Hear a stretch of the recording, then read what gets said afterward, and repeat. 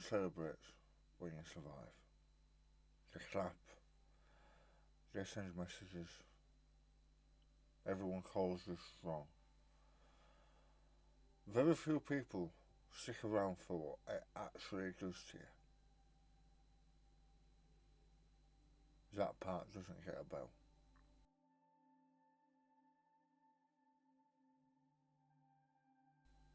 When you're in treatment, life shrinks. You've got appointments, hospitals, waiting rooms, scans, conversations you never wanted to have. It's terrifying, but it's simple. Your job is survival. You show up, you sit in chairs you don't want to sit in, you let people alter your body, you endure. And people rally around you. There's noise, support, structure. It's brutal, but it's focused.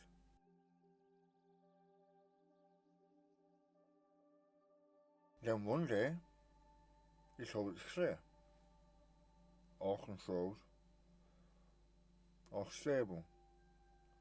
And suddenly, you're a success story. You're lucky, you're inspiring, you're blessed, and you smile because you're grateful. But that's not the whole truth.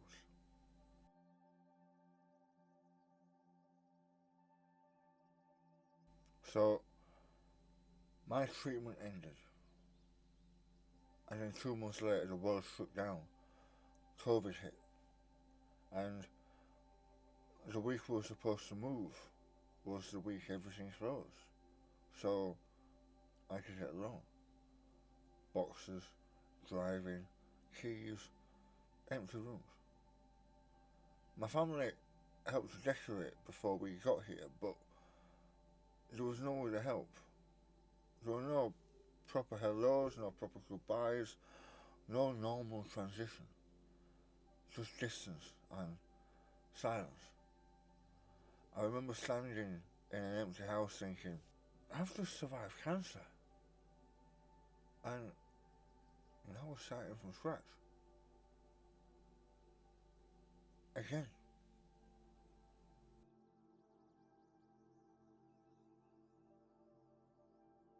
The following August, I lost my job. I was actually on sick longer than I was at work. So there was no soft landing, no recovery window. It was survive, pandemic, move house, lose work, rebuild. All while trying to be steady, learning how to be a father to my newborn son, trying to be strong, trying to look like I'd come back. But there was no going back.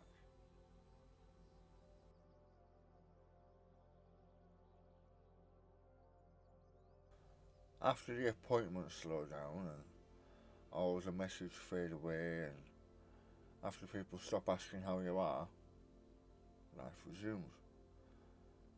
Bills resume. Pressures resume. Expectations resume. And you're supposed to just slot back into your role. Husband, dad, provider. As if your body didn't just go to war.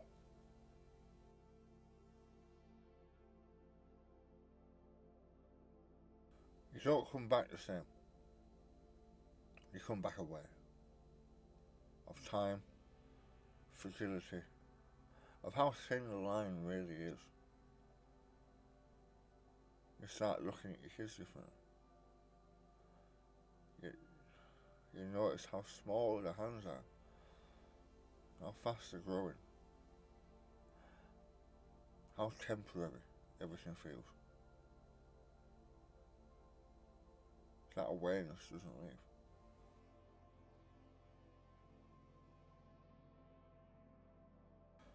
Here's the part people don't like hearing. There's a quiet anger. Not rage, not shouting, not bitterness at anyone. Just this simmering awareness that something was taken. Your ease, your ignorance, your assumption that tomorrow is guaranteed. You don't get to be carefree anymore. And when you watch the world complain about absolute, utter nonsense, it hits different.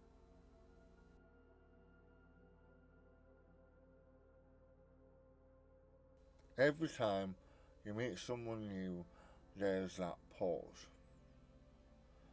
that look. They're working out what's different. You've now become the guy who had cancer, even when you're just trying to be a man.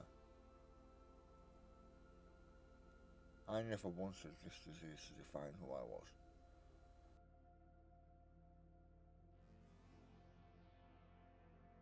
It doesn't just hit you, it hits your partner, it hits your kids. They carry the same fear quietly. They hold it together while you're the patient, but they don't get any applause. They don't get to ring a bell. Cancer leaves echoes in the house, even after it leaves the body.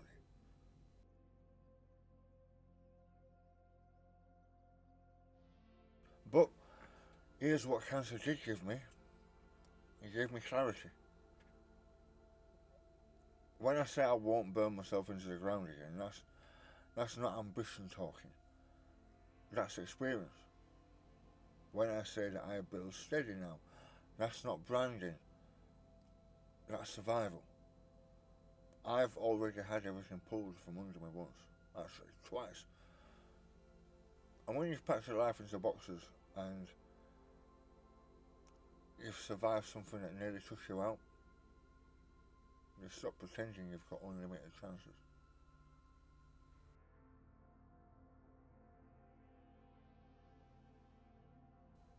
Everyone celebrates when you survive, and they should. But survival isn't the end. Sometimes it's the beginning of rebuilding from scratch. I was lucky. I had the love of my life with me. I had my kids with me. But we had a new job, a new place to live, a new mindset, a new version of me. Cancer and the treatment didn't fix me. It rearranged me. And I build differently now because of it.